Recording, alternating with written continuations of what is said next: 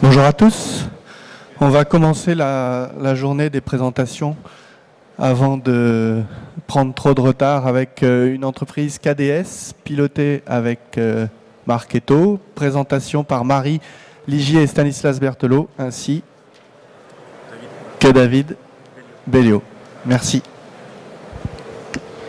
Bonjour à tous. Donc, pour débuter cette journée, on va du coup faire intervenir un client, donc KDS, sur l'expérience client, le retour d'expérience qu'ils ont sur l'utilisation de notre plateforme. Marketo, pour vous donner un peu d'historique, on est une société d'automatisation du marketing sur la partie B2B, B2C, avec du coup une plateforme désignée pour des marketeurs par des marketeurs, où on va du coup mettre en place toute cette notion d'engagement marketing et d'alignement avec des équipes commerciales et marketing. On va avoir des clients de toute taille, de tout type d'industrie aussi. Et du coup, j'ai le plaisir de vous présenter Marie Ligier et Stanislas Berthelot de KDS pour leur retour d'expérience à ce niveau-là.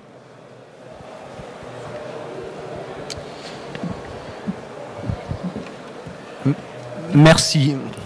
Bonjour à tous. Voilà, je suis Stanislas Berthelot, directeur marketing de KDS. Et j'ai le plaisir de présenter cette session sur les données, l'usage des données dans le marketing, avec Marie Ligier, qui est en quelque sorte notre gourou Marketo. Avant de commencer, juste un petit mot sur KDS pour que vous compreniez bien les problématiques auxquelles on fait face, nous, en tant que marketeurs. KDS est une société de logiciels.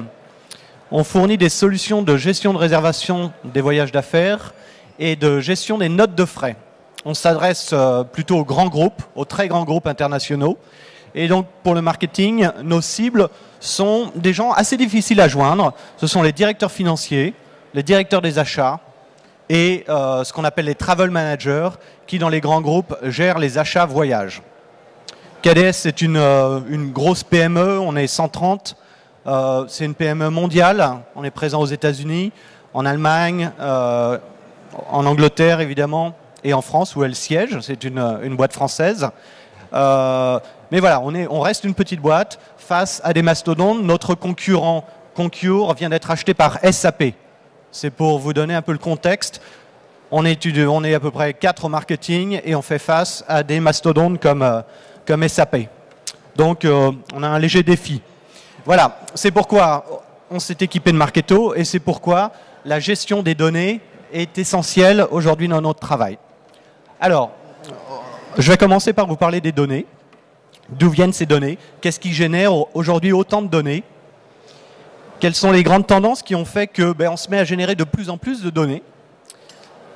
Marie va intervenir pour vous expliquer comment on utilise ces données au sein de nos programmes marketing pour réaliser un marketing ultra ciblé qui nous permet d'atteindre les prospects qu'on vise au bon moment avec le bon contenu. Elle vous parlera également de l'enrichissement de cette base de données.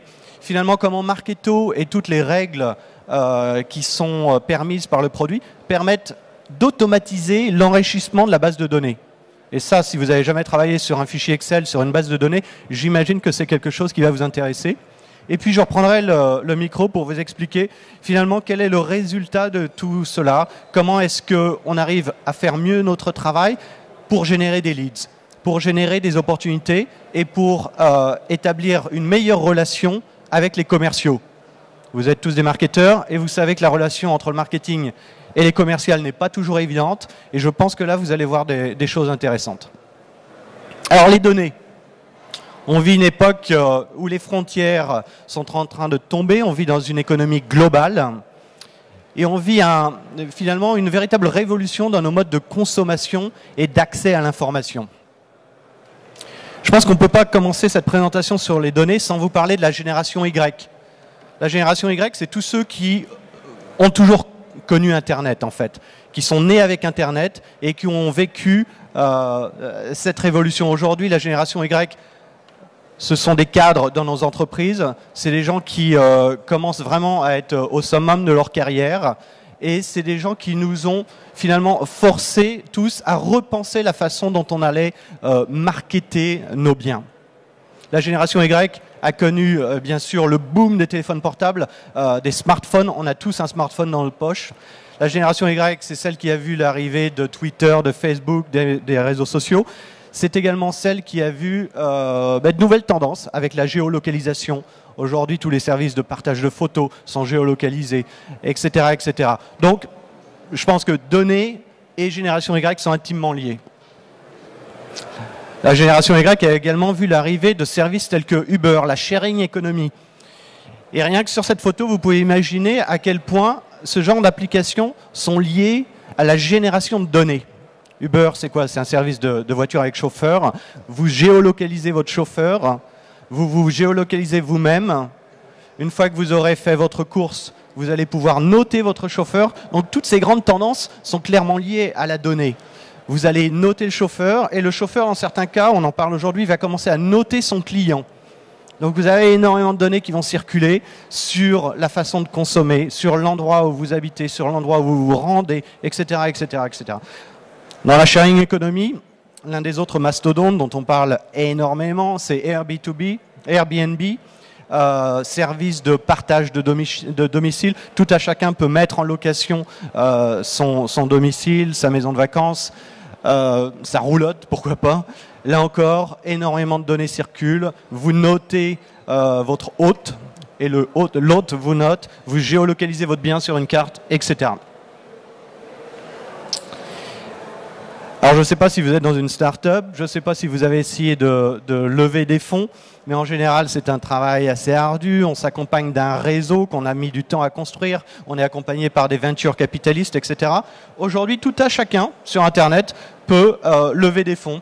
Allez sur crowdfunding for everyone et vous verrez que n'importe quel individu peut construire son histoire, se mettre en avant, se marketer soi-même et grâce à la puissance des données, grâce à la puissance d'Internet, essayer de lever de l'argent pour une cause, quelle qu'elle soit, pour financer un voyage, financer des soins médicaux, etc. Donc là encore, un usage assez inattendu des données pour lever de l'argent. Twitter est au cœur de l'actualité. Dès qu'il se passe quelque chose, dès qu'un scoop prend forme sur la planète, dès qu'une révolution est en voie d'arriver, les infos sont d'abord sur Twitter. Twitter est également utilisé par des causes humanitaires pour porter assistance à des victimes. Mais Twitter, on utilise tous Twitter, les marketeurs utilisent Twitter. Ici, un homme dans une gare à New Delhi a été très sensibilisé par ses enfants qui ont été abandonnés sur un quai. Il a envoyé une photo et en quelques heures, son tweet est devenu viral. Et la bonne nouvelle, c'est que ses enfants ont retrouvé leur maman, je crois, en 3 heures. Donc là encore, ça vous donne l'immense importance du réseau Internet, des données et de toutes les tendances qu'on a vues jusqu'à présent, la géolocalisation, etc. Alors plus proche de nous, plus proche du marketeur, Netflix. Vous savez que House of Cards était une série d'abord britannique. Netflix, devant le succès de cette série, a décidé d'analyser les données et s'est rendu compte de plusieurs choses. S'est rendu compte que le producteur David Fincher était extrêmement populaire et bien noté par les utilisateurs de Netflix, que le comédien Kevin Spacey était également superbement bien noté, tous les commentaires étaient dithyrambiques. Ils ont donc recruté ces deux personnes pour créer leur propre série, la version américaine de House of Cards. Ils ont ensuite segmenté leur audience en 10 grands groupes. Ils ont regardé les préférences de ces grands groupes et ont conçu 10 campagnes de pub qu'ils n'ont affichées que à ce segment, que à ces 10 segments de population, de manière à faire la promotion de House of Cards. Et aujourd'hui, House of Cards est un véritable carton. Donc là encore, l'utilisation des données, dans un contexte bien défini, permet un grand succès à Netflix et à sa série. Donc, voilà, aujourd'hui, on est à une époque où on est capable de faire du custom pour chaque prospect. On est capable d'analyser le comportement de son prospect et vraiment de personnaliser à un point qui était jusqu'à présent impossible chaque campagne pour atteindre son prospect. Pour les plus vieux d'entre vous dans cette salle, le marketing one-to-one, c'est l'espèce de tarte à la fraise du marketing. On en parle depuis des années. On se dit que c'est l'aboutissement, que c'est ce qu'il faut faire. Il faut arrêter de faire du mass mailing, il faut arrêter de prendre sa base et de spammer. Bon, très bien, jusqu'à présent, on n'arrivait pas à le faire. Aujourd'hui, avec les outils qu'on a à nos dispositions, ce saint graal du marketing, le marketing one-to-one, on y arrive. On y arrive grâce, entre autres, à des outils comme ceux dont on va vous parler aujourd'hui, celui dont on va vous parler, Marketo, qui va vous permettre de cibler de manière extrêmement précise vos prospects. Mais alors, avant d'en venir à Marketo, résumons-nous. On a vu que les données sont importantes, on a vu que le tuyau, finalement Internet, permet ces données, mais je pense qu'il y a encore 2 ou 3 grandes tendances à prendre en compte. Ici, un enfant de 8 ans utilise Google Voice pour dicter une requête sur une tablette. Qu'est-ce que ça veut dire? Ça veut dire qu'on a tous dans notre poche des outils tellement puissants qu'ils arrivent à imaginer la requête qu'on est en train de décrire sur Google avant même qu'on ait fini de la taper. Prédictive, c'est très très important. Donc les outils sont là, les outils sont extrêmement puissants pour analyser cette donnée. Ensuite, on a tous dans nos poches, on en a parlé tout à l'heure, des smartphones. Ça veut dire quoi? Ça veut dire que 24 heures sur 24, vous avez la possibilité d'interroger cette base de données. Et puis de l'enrichir également, parce que vos smartphones, c'est également de superbes espions qui savent où vous trouver, qui connaissent vos comportements et qui sont capables d'apporter encore plus d'informations à cette base de données mondiale qui est Internet. Donc tout ça, ça donne quoi? Ça donne le big data. Depuis maintenant 2 ans, on nous bassine avec le big data, mais le big data, c'est une réalité, et c'est une réalité qui, nous, marketeurs, nous permet de mieux travailler, de mieux faire notre travail pour cibler de manière extrêmement précise nos prospects. Alors je vais maintenant passer le micro à Marie qui va vous expliquer comment on met ça en place chez KDS. Merci Stanislas. Donc toujours plus de données partout, à chaque instant. Et aujourd'hui, le challenge, c'est de savoir justement comment collecter ces données, comment les récupérer d'une part, et comment savoir les comprendre et les interpréter pour pouvoir les utiliser dans ces programmes marketing d'autre part. Donc nous, notre stratégie marketing à laquelle on attache beaucoup d'importance chez KDS, c'est la stratégie de lead nurturing. Le lead nurturing, qu'est-ce que c'est? C'est un peu comme faire pousser une plante. Vous avez une graine, vous voulez une fleur, il ne vous suffit pas de jeter votre graine dans un pot. Il faut vous renseigner sur le type de fleur dont il s'agit, le type, qu'est-ce qu'il va falloir donner à cette fleur pour qu'elle pousse et à quel moment. Pour ceux d'entre vous qui n'ont pas compris la métaphore, en fait, le lead nurturing, c'est le processus d'entretenir une relation avec des prospects qui ne sont pas encore matures, qui ne sont pas encore prêts à l'achat, dans le but d'arriver au bon moment avec son équipe commerciale avec des informations de qualité.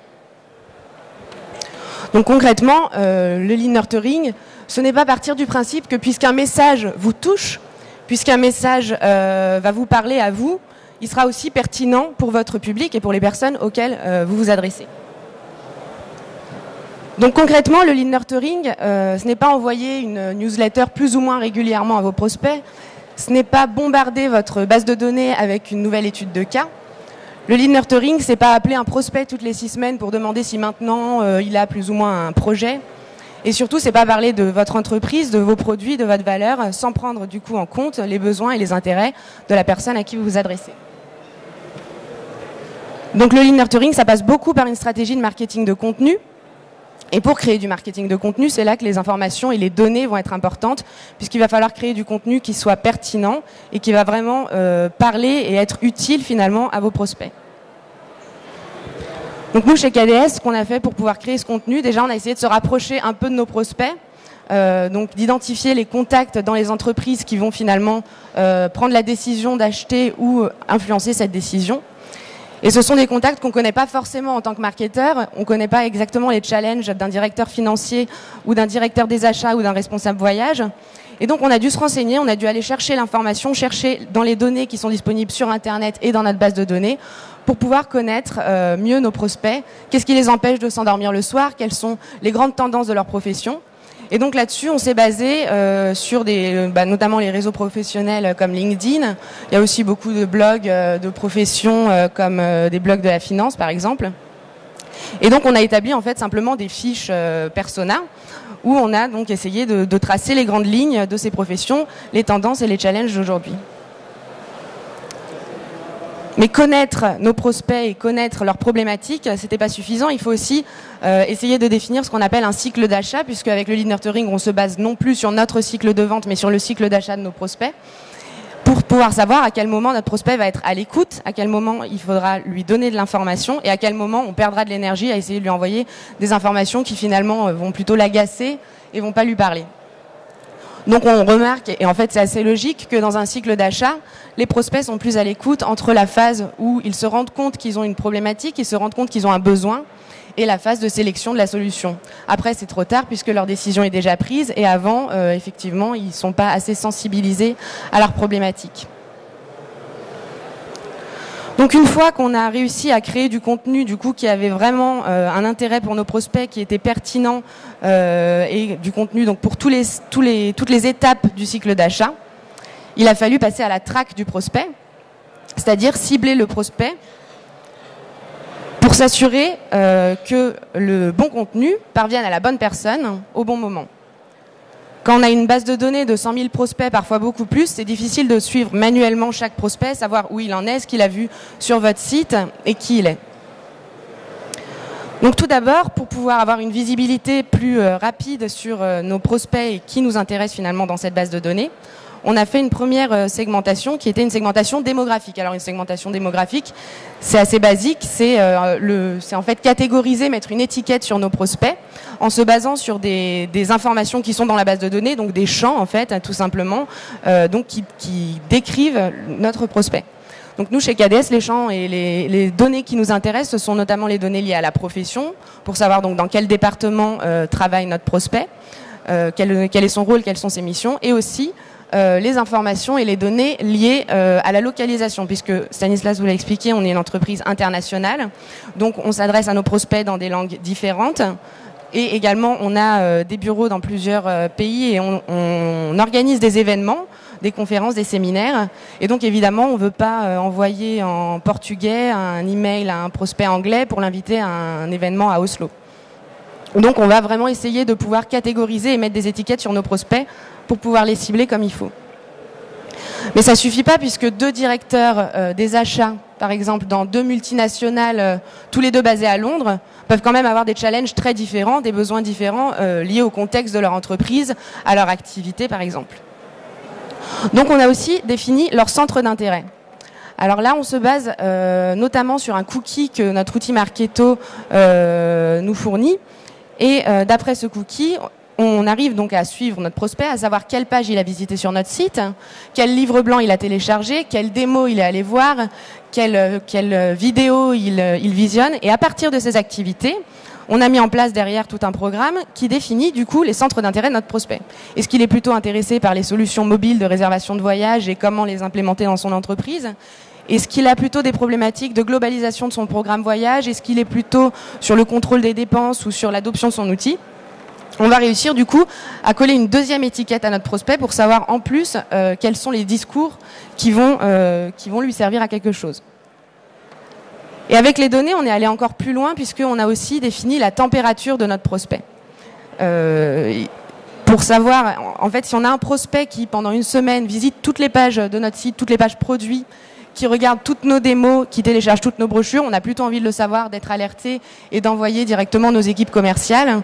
Donc, on a mis en place un système de scoring. Donc, c'est encore une fois un programme Marketo. Et donc, ce système de scoring, en fait, tout simplement ajoute ou enlève des points à la fiche de notre prospect en fonction des activités et des interactions que ce prospect a avec nous. Donc, s'il va participer à un événement, s'il va visiter notre stand, tout ça, c'est des informations qu'on rentre dans notre application Marketo. Ensuite, grâce au cookie, s'il a visité par exemple 6 pages dans la semaine, on va lui rajouter 10 points. S'il a téléchargé un livre blanc, on va lui rajouter 20 ou moins selon le nombre de champs qu'il aura rempli pour y accéder. S'il a cliqué dans un email, on va lui rajouter des points. On enlève aussi des points si le prospect n'a jamais été actif ou a été inactif pendant plusieurs jours, ou s'il se connecte à notre site avec une adresse Gmail, un nom de domaine générique, puisque nous, on s'adresse uniquement à des professionnels. Et on a défini, après de nombreuses études de scoring et de nombreux tests, qu'à partir d'un score de 50, nos prospects étaient suffisamment matures pour être transférés à nos équipes commerciales. Donc tout ça, c'est bien joli. Si ça fonctionne, c'est quand même assez exceptionnel. Ça nous fait gagner beaucoup de temps. Le gros problème, c'est justement la donnée, puisqu'il faut que cette donnée, dans notre base de données, soit suffisamment clean, suffisamment riche, et se mette à jour régulièrement pour qu'on puisse effectivement adresser les bonnes personnes au bon moment. Donc avec Marketo, on a aussi mis en place des programmes qui nous permettent de mettre à jour notre base de données automatiquement.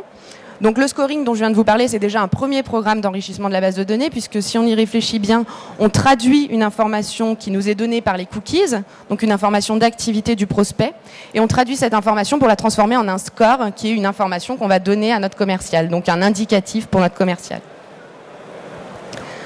Quelque chose de très intéressant qu'on a fait avec Marketo pour récupérer de l'information, c'est qu'on a utilisé de l'information, de la donnée dont on disposait déjà, pour la traduire en une autre information. Je vous explique. Quand je suis arrivée chez KDS et qu'on a mis en place Marketo, on avait une base de données qui était plus ou moins fiable, avec des données plus ou moins complètes. Et notamment, on s'est rendu compte qu'on n'avait pas la donnée pays dans la plupart de nos prospects, parce que c'était un champ qui n'était pas obligatoire dans notre CRM pour nos commerciaux, donc la plupart du temps, c'était vraiment pas rempli. Et parce qu'on avait aussi fait des imports de bases de données qui n'avaient pas cette information. Du coup, on se retrouvait avec une information déjà non standardisée au niveau des pays, donc difficile de filtrer, et très souvent un champ vide. On s'est aperçu, en revanche, que le champ téléphone, donc le numéro de téléphone de chacun de nos prospects, était renseigné à chaque fois, et que dans 90%, même plus des cas, ce numéro de téléphone commence par un indicatif. À partir de l'indicatif, on a donc créé un programme qui définit le pays à partir donc du début du numéro de téléphone. Ça, c'est un programme, on en a créé une quarantaine comme ça. On a créé un programme pour identifier le genre de nos prospects en fonction de leur prénom. On a créé tout un tas de programmes pour la langue également dans laquelle on s'adresse à eux, qui remplissent les champs à partir du moment où ces champs sont vides. C'est des programmes qui tournent en permanence en fait en arrière-plan de Marketo, et donc chaque nouveau lead qui est entré ou chaque prospect existant dont la fiche est éditée va donc entrer dans ces programmes et va avoir ces données qui seront mises à jour automatiquement. Une autre manière encore d'enrichir notre base de données, c'est d'utiliser des informations dont on ne dispose pas vraiment, les informations de l'adresse IP de notre prospect. Ce sont des informations qui nous sont également fournies par Marketo, et donc on peut utiliser également un certain nombre d'informations, notamment pour la localisation, donc la ville, le pays, et également quelquefois pour l'entreprise quand c'est pertinent. Enfin, tout simplement, pour enrichir sa base de données avec des informations fiables, parfois la solution c'est simplement de demander ces informations directement au prospect. Là, on est sûr qu'il va nous donner quelque chose d'intéressant. Le problème, c'est qu'évidemment, si on lui demande de remplir 20 champs pour télécharger un livre blanc, on ne peut pas s'attendre à ce qu'il le fasse vraiment ou à ce qu'il mette de vraies informations dedans. Donc on va se retrouver avec une base de données pourrie et des informations qui ne sont pas du tout traitables et pas du tout utilisables. Et là, donc Marketo a cette fonctionnalité que moi je trouve exceptionnelle, qui est le Progressive Profiling. Le Progressive Profiling, c'est un formulaire pour lequel on définit plusieurs champs. Donc on explique au formulaire toutes les informations qu'on souhaite collecter, qui sont importantes pour nous de récupérer du prospect. Et le formulaire, on va lui dire d'afficher 1, 2, 3 champs à chaque fois, donc 3 questions seulement, et d'afficher ces questions en fonction de ce qu'on sait déjà sur ce prospect. C'est-à-dire qu'un prospect va rentrer dans notre base de données pour la première fois, au hasard, du coup, le formulaire va lui demander son pays. Mais la deuxième fois qu'il viendra sur le site, il est identifié grâce à un cookie, et donc notre système le reconnaît et le réconcilie avec sa fiche dans notre système, et donc va lui poser une question sur la taille de son entreprise.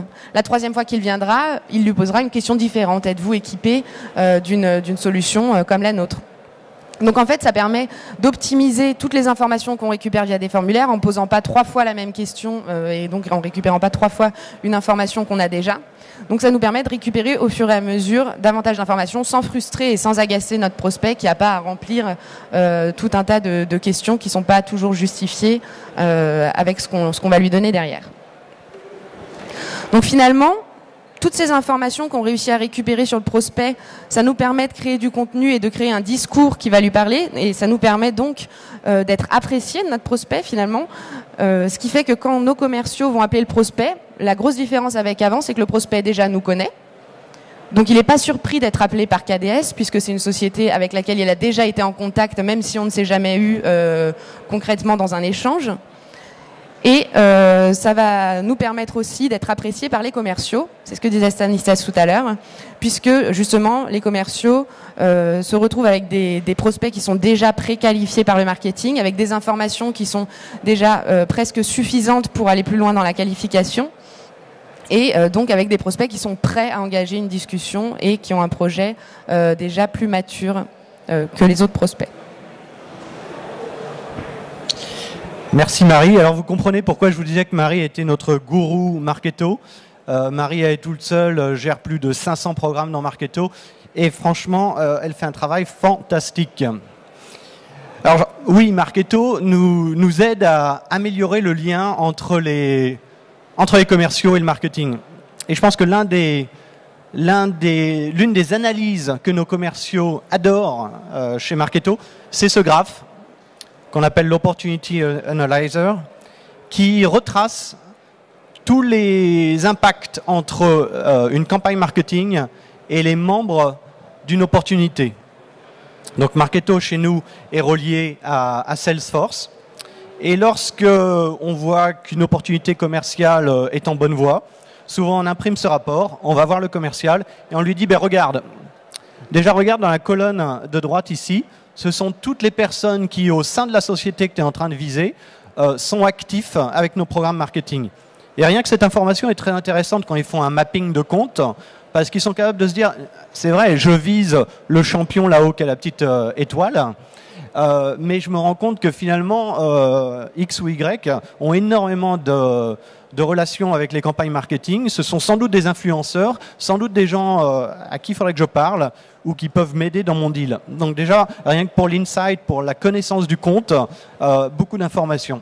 Ensuite, tous les points orange sur cette ligne, lors de la vie de cette opportunité, tous ces points orange montrent les différentes campagnes marketing qu'on a lancées et l'impact de ces campagnes sur cette opportunité commerciale. On voit que les gens se sont inscrits à un séminaire. On voit que les gens se sont désinscrits d'un mailing. Donc là, ça envoie un signal. Si une personne se désinscrit, pourquoi est-ce qu'elle est en train de se désinscrire? Au contraire, on voit qu'une personne s'est inscrite à un autre séminaire. On voit qu'un formulaire a été rempli. On voit que certaines personnes, ce qui est marrant sur cette opportunité, c'est qu'on est rentré par la branche voyage, l'optimisation des voyages, et que progressivement au cours de cette opportunité, les gens de la finance ont commencé à s'intéresser à nos programmes marketing. Donc là encore, un signal très fort pour nos commerciaux en disant attention, tu as une approche de vente voyage, alors que derrière, sans que tu le saches, la finance est en train de s'intéresser. Peut-être que tu devrais pousser la gestion de la note de frais. Donc voilà, ça, pour moi, qui fait du marketing depuis quelques années, c'est vraiment, là encore, l'aboutissement du lien qu'on peut tisser entre nous, marketeurs, et les commerciaux. Et lorsque vous venez avec un rapport comme ça, je pense que ça prouve l'efficacité du marketing et c'est une vraie valeur ajoutée pour les commerciaux. Ensuite, les KPI. On parle de données dans cette session. On a vu que les données sont omniprésentes. Marie vous a expliqué comment on essaye d'optimiser ces données. Lorsque je vais voir mon PDG pour mon point trimestriel et que j'arrive avec des KPI, dont en voici 3, je suis en bien meilleure position pour essayer de parler de l'efficacité ou non des programmes, éventuellement les améliorations à y apporter, etc. Chez KDS, on a décidé de se simplifier la vie en ne choisissant que 3 principaux KPI. On en regarde d'autres, mais ceux qu'on vise en permanence, ceux qu'on suit en temps réel grâce à un dashboard dans Salesforce, c'est le nombre de nouveaux leads. Finalement, combien de nouveaux contacts est-ce qu'on génère en permanence? Donc, d'une année sur l'autre, on monitore ces KPI. ISR, Inside Sales Ready.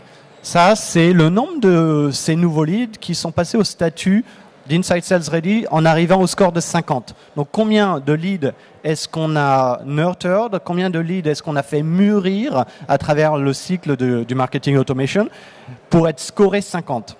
Et ce n'est qu'à ce moment-là que nos équipes de commerciaux sédentaires, les Inside Sales, vont voir apparaître le lead dans leur dashboard Salesforce, dans leur tableau Salesforce, et vont commencer à pouvoir qualifier ces leads. Et enfin, Le dernier KPI, c'est le Sales Ready. Donc là, c'est un KPI qui est changé manuellement par l'Inside Sales.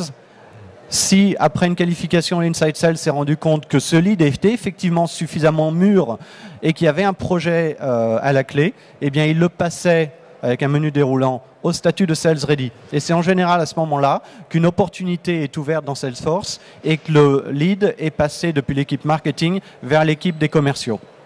Donc ces 3 KPI sont extrêmement importants.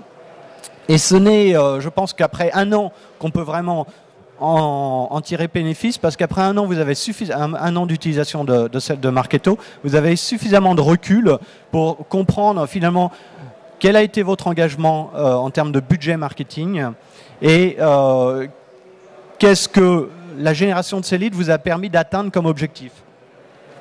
Parce que bien évidemment, le nerf de la guerre, c'est quand même l'argent.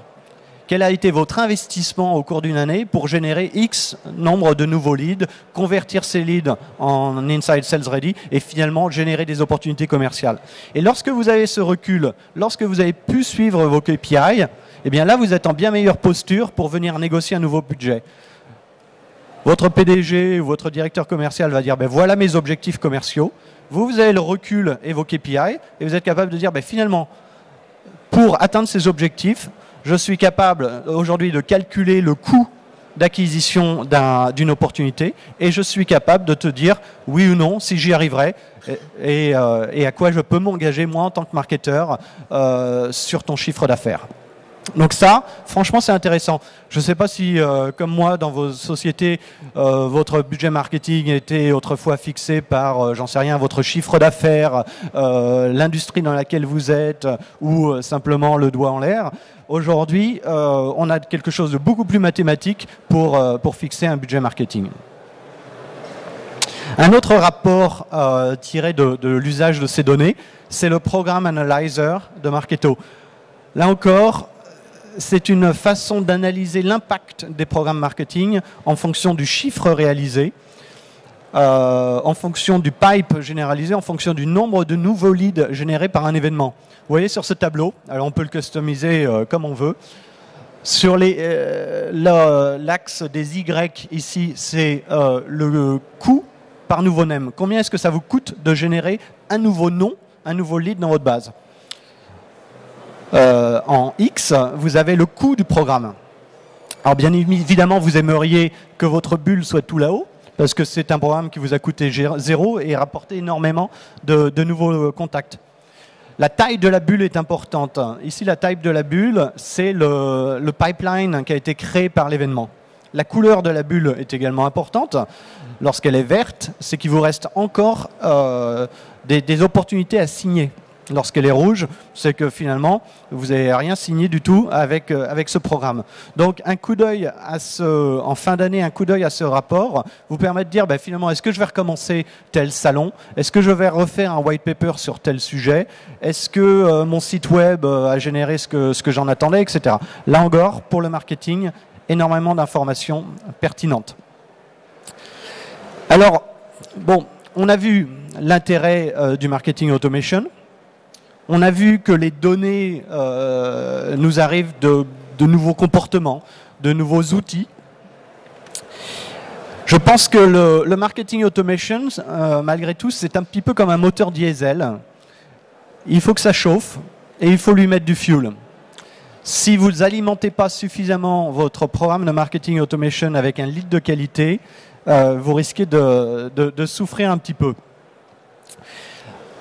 On est au mois d'avril. Pour nous, c'est le début d'une nouvelle année fiscale. Et alors, je vous affiche en avant-première notre rapport de KPI.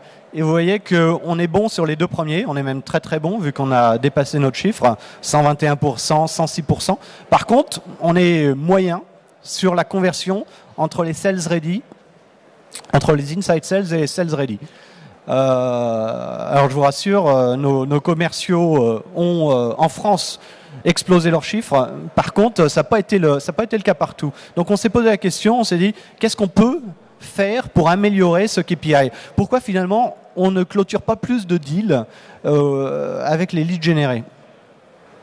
Est-ce qu'il faut mettre une meilleure essence dans la machine? Comment améliorer le système? Donc on a pris le parti pris de se dire finalement, est-ce qu'on ne pourrait pas accélérer la transformation des leads au début? Est-ce qu'on ne pourrait pas rentrer des leads mieux qualifiés au tout début du cycle de marketing automation en y rajoutant de la formation plutôt que de poser des questions au cours des semaines et des jours à nos prospects pour essayer de voir par quoi il est intéressé. Si on savait immédiatement par quoi ce prospect est intéressé, peut-être qu'on aurait un meilleur taux de qualification. Donc, qu'est-ce qu'on a fait? On est revenu aux bonnes vieilles méthodes des équipes des agences de télémarketing. Je croyais que j'avais fini avec les agences. Ben non, j'en ai embauché 3. Je leur donne un segment de la base et je leur demande d'enrichir la base avec plus d'informations. Qu'est-ce qu'on a fait d'autre? On a travaillé avec l'agence Adroll pour faire du retargeting uniquement sur les gens qui ont visité plusieurs pages de notre site. Donc, on évite tout ce qui est bounce en début. Et si la personne a vu 3 pages mais n'a jamais rempli de formulaire, eh bien, on va essayer de la réenvoyer sur notre site en lui proposant des choses qui peuvent l'intéresser. Le référencement est bien sûr essentiel.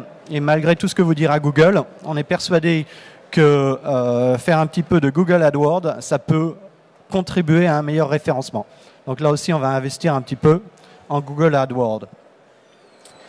On a augmenté nos campagnes de RP. Pourquoi? Parce que les RP, entre autres lorsque c'est distribué par des services comme Business Wire, permet de générer pas mal d'articles sur le web qui sont souvent linkés vers notre site web. Donc on voit là un article, on voit qu'il y a un lien vers notre site, et bien évidemment, plus vous avez de liens entrant vers votre site, meilleur le référencement naturel sera.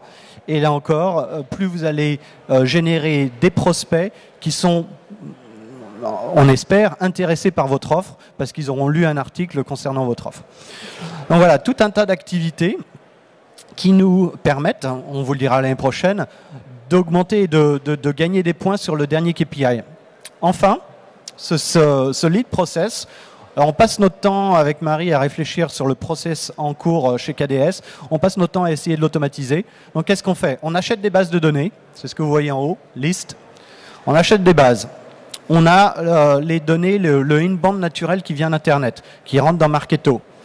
On travaille également avec ICO, qui est une société de lead scoring, qui est utilisée par nos inside sales pour faire du account mapping et pour essayer de trouver de nouveaux comptes parmi les comptes qu'on est en train de cibler. Donc voilà, une démarche déjà en amont pour enrichir la base de données. Ensuite, un segment de cette base est envoyé à l'agence de télémarketing qui va enrichir la base pour la remettre dans le cycle de marketing automation. On a les contacts qui sont automatiquement scorés, le inbound, et qui arrivent à un score de 50. Tout ça, ça aboutit chez l'inside sales, alors on a plusieurs inside sales, bien sûr, en fonction des pays, qui va qualifier manuellement, avec des coups de fil, etc., le prospect. Donc là, il travaille dans Salesforce. Et ensuite, en fonction de la segmentation qui est en place parmi l'équipe commerciale, envoyer ce lead vers le commercial. À ce moment-là, le lead est souvent transformé en opportunité et on espère signer un lead. Si l'inside sales estime que le lead n'est pas mûr, il le remet dans le cycle de marketing automation. Donc là encore, on a customisé Salesforce avec différents menus déroulants qui vont permettre à l'inside sales de dire il faut le remettre dans 3 mois, dans 6 mois, il faut le remettre instantanément. Le lead est intéressé par tel et tel sujet, etc. Donc voilà. J'espère que ça vous aura éclairé le processus mis en place chez KDS. Puis enfin, en conclusion, je n'ai pas pu m'empêcher de résister. Je crois que c'est ouvert aujourd'hui d'ailleurs. Vous pouvez commencer à préacheter votre Apple Watch.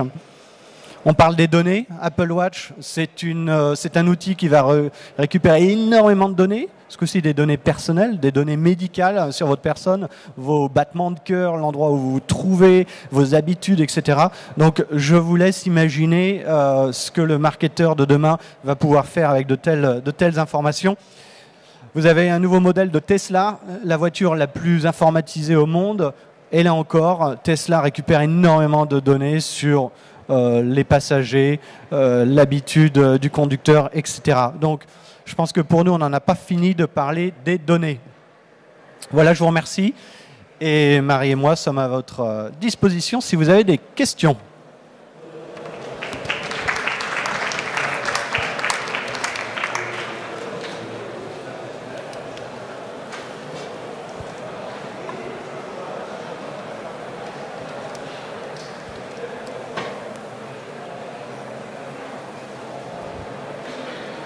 Alors, vous avez une question? Oui.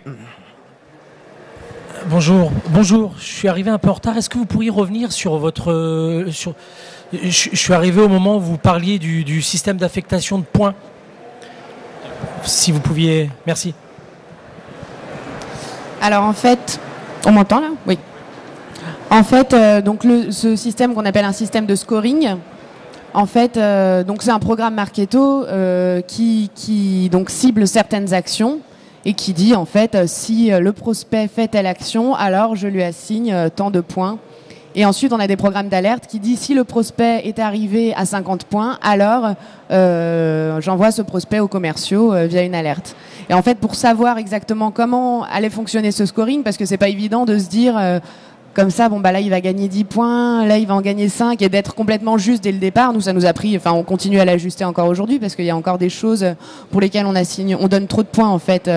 Par exemple, pour remplir un livre blanc, pour un formulaire pour avoir un livre blanc, avant on mettait un score énorme, et finalement c'est pas parce que quelqu'un télécharge un livre blanc sur notre site internet qui va être forcément intéressé par nos produits. Donc c'est quelque chose qu'on a ajusté. On a fait une matrice Excel en fait, tout simplement, où on faisait des scénarios et on a testé donc tous les scénarios possibles.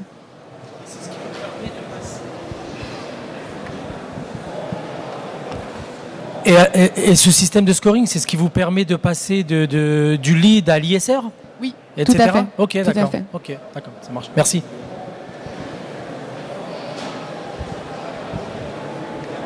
Est-ce que c'est intéressant?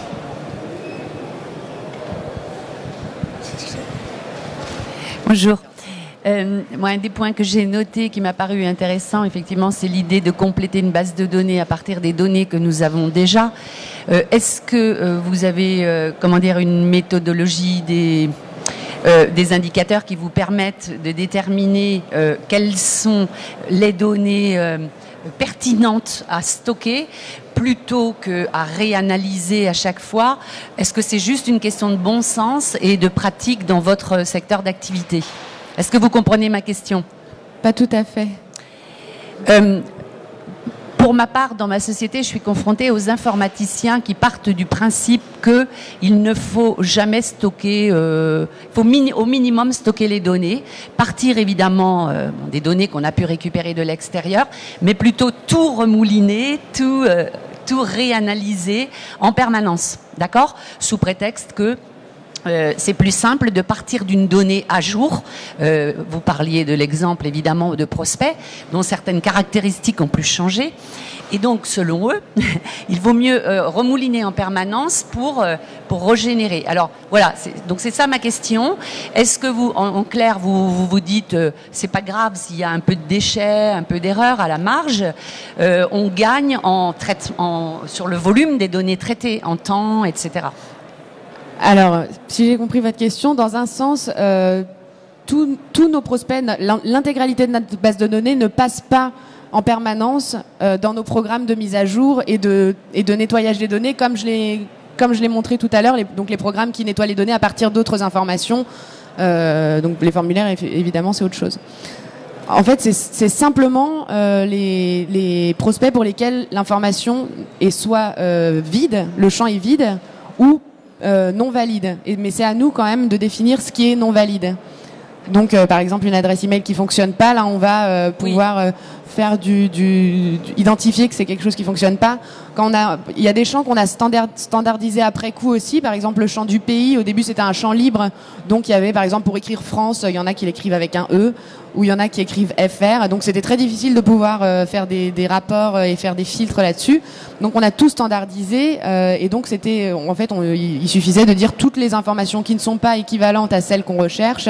Alors, elles repassent dans ces moulinettes et on essaye en permanence de les mettre à jour. D'accord. Oui, donc ce que je comprends, c'est qu'effectivement, c'est plus du domaine de la purge et du nettoyage un peu pur et dur que véritablement, enfin, beaucoup plus que véritablement générer de nouvelles données, devinées ou interprétées à partir de données que nous avons déjà. C'est ça, voilà. Si je résume. Oui, c'est ça. Ok.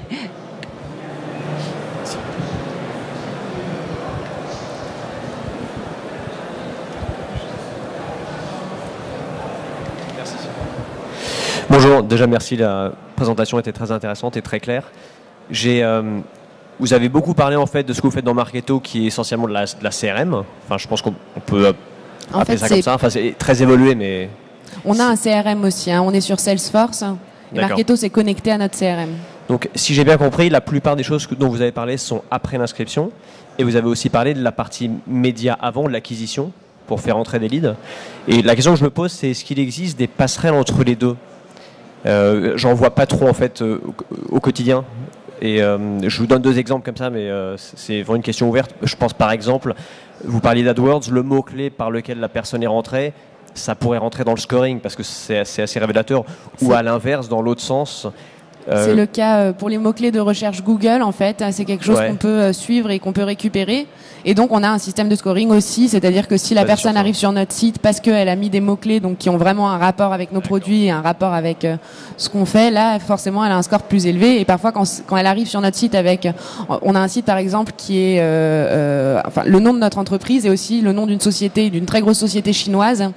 On travaille pas du tout en Chine et on a énormément de personnes chinoises qui viennent sur notre site parce qu'il est pas mal référencé. Et du coup, on veut absolument éviter de scorer ces personnes-là. Et donc, on peut mettre en fait en place des systèmes de scoring à partir de ce qu'ils ont fait avant sur Google. D'accord. Merci. Est-ce qu'à l'inverse, quand vous activez quelqu'un qui est déjà inscrit, donc dont a priori vous avez un numéro de téléphone, une adresse email, est-ce que vous activez ces personnes avec de la publicité, avec du média ? Je pense que, je sais pas, il y a un email sur 10 qui est ouvert ou quelque chose comme ça. Est-ce que le média a encore une part, en fait, chez les gens qui sont déjà inscrits chez vous ? Est-ce qu'il vous arrive de faire... On parlait de retargeting, je pense que c'était plus dans une optique d'acquérir des gens et de les faire s'inscrire. Est-ce qu'on fait de la pub sur des gens qui sont déjà inscrits, en fait ? Oui, alors ce qu'on fait, c'est qu'on utilise... le nom m'échappe, mais on vise sur Facebook les gens dont on a l'adresse email. Et oui, on les retarget à travers leur adresse email pour leur proposer des services qu'ils n'ont pas forcément. Même si après qu'ils soient inscrits chez vous ? Oui, parce qu'on le fait à partir de leur adresse email, donc ils sont inscrits, oui.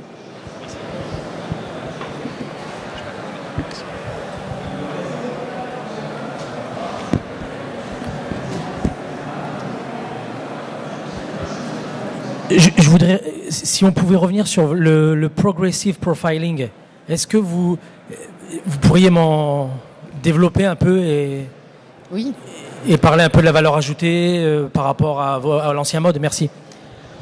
Donc en fait, en comparaison avec un formulaire traditionnel, donc un formulaire traditionnel, on lui précise le nombre de champs. On va par exemple demander le nom, le prénom, l'entreprise, l'adresse email, le pays, le département dans lequel il travaille, donc tout un tas d'informations.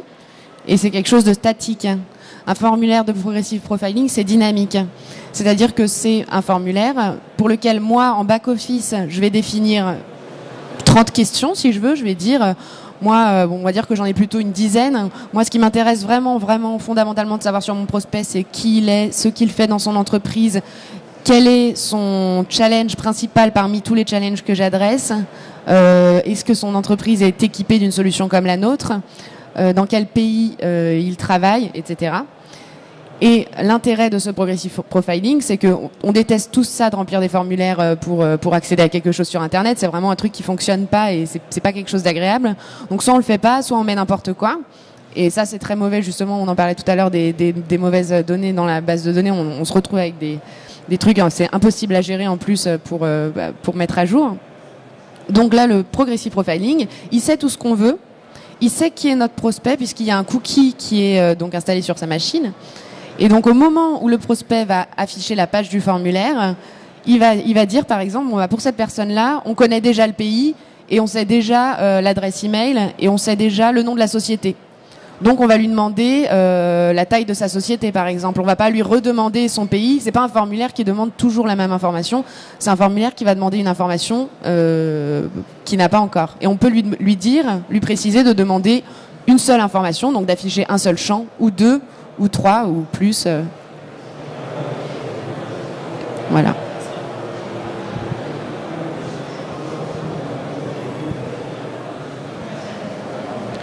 Merci Marie Stanislas.